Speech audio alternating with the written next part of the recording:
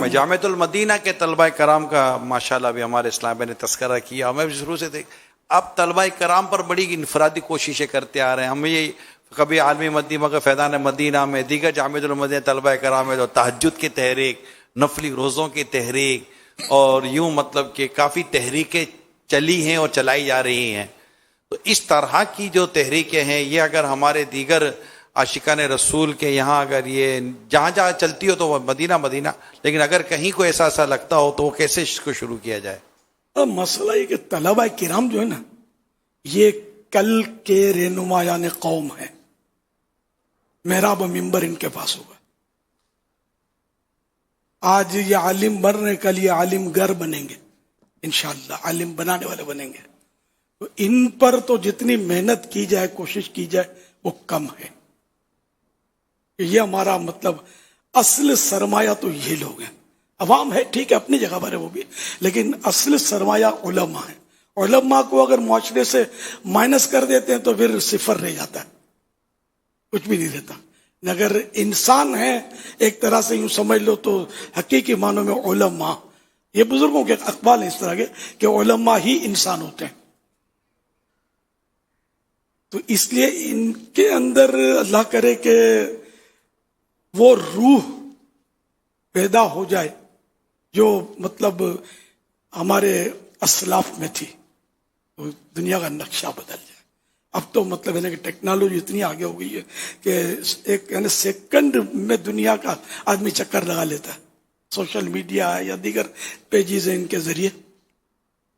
تو یہ اگر بعمل ہو جائیں، ایک تو پہلے تو عقیدے کا مسئلہ ہے، عقیدے میں کمزوری نہیں ہونی چاہیے. مثلا صحابہ و اہل بیت کے تعلق سے جو امام اہل سنت رحمۃ اللہ علیہ نے قرآن و حدیث کی تعلیمات کے ذریعے ہم تک پیغام دیا، اس کے مطابق ہمارے اعتقادات ہوں. ہر صحابی نبی جنتی جنتی پر ہماری آنکھیں بند ہوں. یہ نہیں کہ وہ تاریخ کا کوئی واقعہ کہیں سن لیا یا تاریخ کے کچھ اوراق دیکھ لیے اور پھر وہ مطلب وسوسوں میں پڑ گئے اور قرآن و حدیث میں جو آیا وہ نہیں سمجھ میں آتا، تاریخ کے واقعات سمجھ میں آتے ہیں. ایسی عقل کو تو گندا نالا بھی نہیں سنبھالے گا. صحیح بات ہے. صحابہ کرام کے معاملے میں میرا دل جذباتی ہے کہ جو اللہ کے رسول صلی اللہ علیہ وسلم سے مجھے محبت ہے، تو جنہوں نے اللہ اور اللہ کے رسول صلی اللہ علیہ وسلم کی صحبت اختیار کی، اب میں ان پر نکتہ چینی کروں یار، ہے نا؟ میرے میں عقل کتنی ہے کہ میں ان کی مطلب باتوں کو سمجھ سکوں. تو اس لیے ہر صحابی پر آنکھیں بند ہونا ضروری ہے، ورنہ برباد ہو جائیں گے. پتہ نہیں چلے گا، مرنے کے بعد پتہ چلے گا، جبکہ پھر یہ پلٹنے کا وقت نہیں رہے گا. تو بالکل صرف ان علماء کے قدموں میں رہیں جو صحابہ کرام اور اہل بیت پر اپنی جان قربان کرتے ہیں، اپنی آنکھیں بند رکھتے ہیں، ہے نا؟ ہر صحابی یہ نبی جنتی جنتی، بس شمول حضرت سیدنا امیر معاویہ رضی اللہ تعالیٰ عنہ، حضرت سیدنا ابو سفیان رضی اللہ تعالیٰ عنہ، حضرت عبداللہ بن زبیر رضی اللہ تعالیٰ عنہ، اور سارے صحابہ کرام جو ہے نا وہ ان میں کوئی ادنا نہیں ہے، سب اعلیٰ ہیں. وہ الگ بات ہے کہ حضرت امیر معاویہ رضی اللہ عنہ کی شان اپنی جگہ پر ہے، اگرچہ مولا علی مشکل کشا، علی المرتضی شیر خدا کرم اللہ وجہ الکریم تو کروڑوں درجے افضل ہیں. ان مثال ہے سمجھانے کے لیے کہ ان کے کوئی ہم تقابل تھوڑی کر رہے ہیں، لیکن امیر معاویہ ہیں تو صحابی نہ بھائی. تو اس لیے جو بھی صحابی ہے ہماری آنکھیں بند ہیں.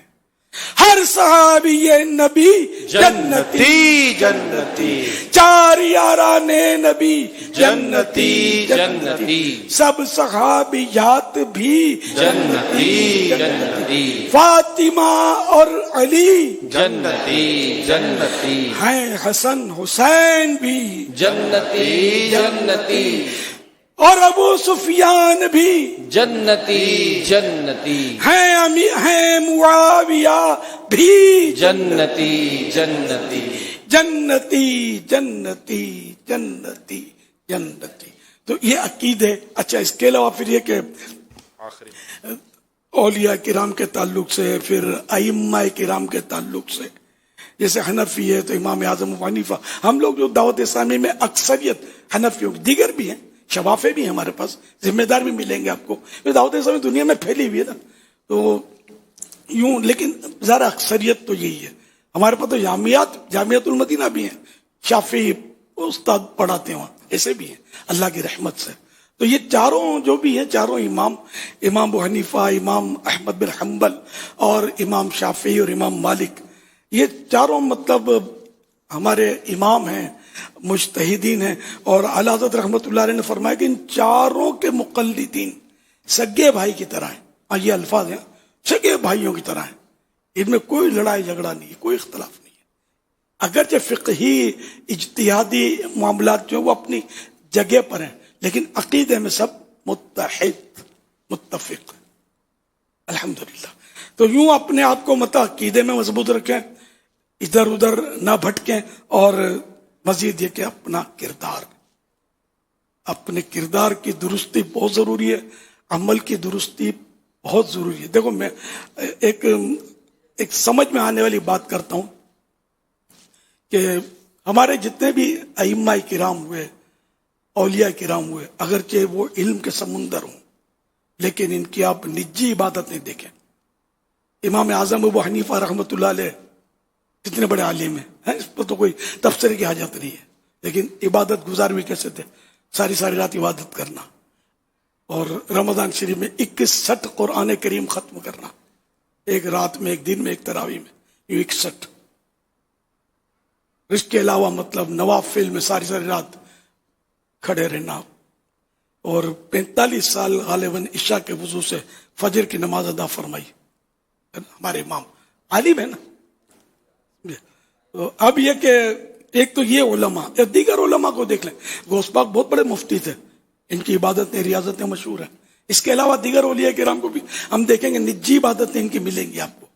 اب ہم بھی مطلب اگر بولیں کہ نہیں یہ بہت بڑا یہ وہ، تو اب یہ بتائیے کہ اب ہم بہت بڑے ہو گئے، اس لیے اب وہ فرض نمازوں میں بھی کوتاہیاں، جماعت کے ٹھکانے نہیں. نفلیں تو بہت بعد میں نمبر آئے گا، یہاں تو جماعت سے نماز نہیں پڑھ رہے جو کہ واجب ہے، اور مطلب زبان کا ٹھکانہ نہیں. رفنیس تو ہمارے نس میں، آئے منہ تڑ دوں گا، آگے اڑے، یہ ہے نہیں. ہمارے طلباء کرام کہہ رہا ہوں گے، لیکن اب جن میں ہے وہ سمجھتے ہوں گے میں کیا کہہ رہا ہوں. ہمارا یہ انداز اگر ہو اور عوام کو بھی پتا ہو، کیا وہ عوام جو ہمارے یہ انداز دیکھے گی ہمارے قریب آئے گی؟ مولانا اور لڑائی، مولانا اور پتھر اٹھائے، مولانا اور دھمکی دے، مولانا اور گریبان پکڑے، یعنی کہ مطلب آپ سمجھیں تو صحیح. یار کسی بات پہ یہ عوام کیسے میرے قریب آئیں گے اگر میں یہ انداز کرتا ہوں؟ مجھے پتا ہے کہ میں نے کس طرح یہ دعوت اسلامی کو الحمدللہ وہ لے کے چلا ہوں. یہ تھوڑی پتا تھا کہ اتنی مخلوق میرے ساتھ چل پڑے گی، خواب میں بھی پتا نہیں تھا. تو میرے کو تو برا والا بھی لوگ بولتے تھے، شروع کی بات کر رہا ہوں، کیا کیا کرتے تھے الزامات، اور پتہ نہیں کیا کیا بولتے تھے. لیکن کوئی بھی آپ کو یہ واقعہ نہیں بتائے گا کہ الیاس قادری نے پکڑ کے گھونسا مار دیا، یا الیاس قادری نے اپنے ماننے والوں کو آگے بڑھا دیا اور اس کی پٹائی کروا دی. آپ کو آج تک ایک بھی واقعہ آپ میری سیرت میں انشاءاللہ ڈھونڈ نہیں سکیں گے. تو آپ بولو گے مطلب اتنا بڑا کام یا کام بڑھ جائے ہمارا، تو یہ تھوڑی بڑھے گا. لوگوں کے دلوں میں اترنا پڑے گا آپ کو. لوگوں کے دلوں میں اترنے کا جو مین پھاٹک ہے نا، وہ حسن اخلاق. آپ بولو کہ میں منہ توڑ دوں گا اور سر پھوڑ دوں گا، اور آپ دلوں میں اتر جائیں گے. بدن پر تو ہو سکتا ہے حاوی ہو جائے کسی کے، دل میں داخل نہیں ہو سکتے. دل تلوار سے نہیں، دل بندوق سے نہیں، دل اسلحے سے نہیں، دل حسن اخلاق سے جیتا جاتا ہے. وہ ہمیں نہیں آتا. تو میرے تمام مدنی بیٹے جتنے بھی مجھے سن رہے ہیں، بھلے کوئی کچھ بھی کہے، آپ کو گالی دے، برا بھلا بولے، آپ انشاءاللہ نرمی کریں گے نا، آپ دیکھ لینا اس کا نتیجہ کہ آپ کے جو مطلب مخالف ہوں گے، آپ سے چیڑتے ہوں گے، آپ کو کوستے ہوں گے، ایک دن آئے گا کہ وہ آپ کے ہاتھ چومتے ہوں گے. آپ دیکھ لیں. تو اگر یہ نسخہ اگر آپ نے اپنا لیا نا دل جیتنے کا، میری سنیت کو وہ عروج ملے گا کہ شیطان دیکھتا چلا جائے گا. ورنہ وہ ہنستا رہے گا، خوش ہوتا رہے گا کہ ان کو مزید چھیڑنے کی مجھے ضرورت نہیں ہے، یہ تو اپنے آپ ہی سمجھے تباہ ہو رہے ہیں اور تباہ کر رہے ہیں، تو لوگوں کو اپنے آپ سے دور بھگا رہے ہیں، نفرتیں پھیلا رہے ہیں. تو ہم کو نفرت نہیں پھیلانا. ہاں، مسلک اہل سنت پر، مسلک اعلیٰ حضرت پر نو کمپرومائز. اس کا مطلب یہ نہیں جو میں کہنا چاہتا ہوں تو یہ کہ وہ تو نو کمپرومائز ہے، لیکن میں جنرل بات کر رہا ہوں کہ جو بات پہ ہمارے جو رفنیس ہوتی ہے نا، دوستوں میں رفنیس، تو مسجد کے مائک پر رفنیس، تو پتہ نہیں کیا کیا مطلب بولے جا رہے ہوتے ہیں. اور کہاں لوگ ہم کو سنتے ہیں یار، کتنے سنتے ہیں؟ جمعے کو خطبے کے جاتے ہیں، گھڑی دیکھتے ہیں، کتنا سنتے ہیں. تو سکھائیں اب نماز، ان کو سکھائیں تکبیر اولا کے مسائل، سکھائیں کو پہلی صف کے فضائل، دیکھو کتنے آتے ہیں. اور بے شک وہ آپ کے جب قریب آئیں گے تو عقیدہ انشاءاللہ لوہا لٹ مضبوط ہو جائے گا. صحبت انشاءاللہ، اللہ کرے دل میں اتر جائے میری بات. انشاءاللہ آپ کریں گے تو ہمارے مسجدیں، محراب، ممبر، مدارس، جامعات ایسی ترقی کریں گے انشاءاللہ کہ شیطان دم دبا کر بھاگ کھڑا ہوگا انشاءاللہ. صلو علی الحبیب صلی اللہ علی محمد.